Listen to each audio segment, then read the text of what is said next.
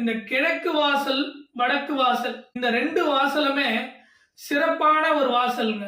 எதனால அப்படின்னா கிழக்கு வாசல்ல வந்து இந்திரன் அமர்ந்திருப்பார். அப்ப இந்த கிழக்கு வாசலில் அமர்ந்திருக்கிறவர் வந்து இந்திரன்ன்றதுனால இந்த கிழக்கு வாசலில் வைத்திருந்தால் அந்த வீட்டினுடைய தலைமகன் வந்து சிறப்பாகவும் தைரியமாகவும் வீரியமாகவும் அவர் நினைக்கக்கூடிய விஷயங்கள் எல்லாமே தயக்கம் இல்லாமல் தாமதம் இல்லாமல் செய்து முடிப்பார். இந்திரனை போல வாழ்வார். அந்த அமைப்பு கிழக்கு வாசலுக்கு உள்ளதுங்க. வடக்கு வாசல் என்ற அமைப்பு வந்து வடக்கு வாசல் ஒருத்தருக்கு நல்லபடியா அமைந்து விட்டது என்றால் அவர்தான் உலகத்திலே பெரிய கோடீஸ்வரர் ஆவார். ஏன்னா வடக்கு வாசலில் ஆதிக்கம் செலுத்தக்கூடியவர் வந்து குபேரன். அந்த குபேரன் வந்து வடக்கு வாசல் தான் இருக்கார். சோ அந்த வடக்கு வாசலில் இருக்கும் ஆண்மகன் தலைமகன் அவர்கள் எல்லாமே அவங்க ஒரு அடி எடுத்து வச்சா அவர்களுக்கு 10 அடி குபேரன் கூட வருவார். வடக்கு வாசல்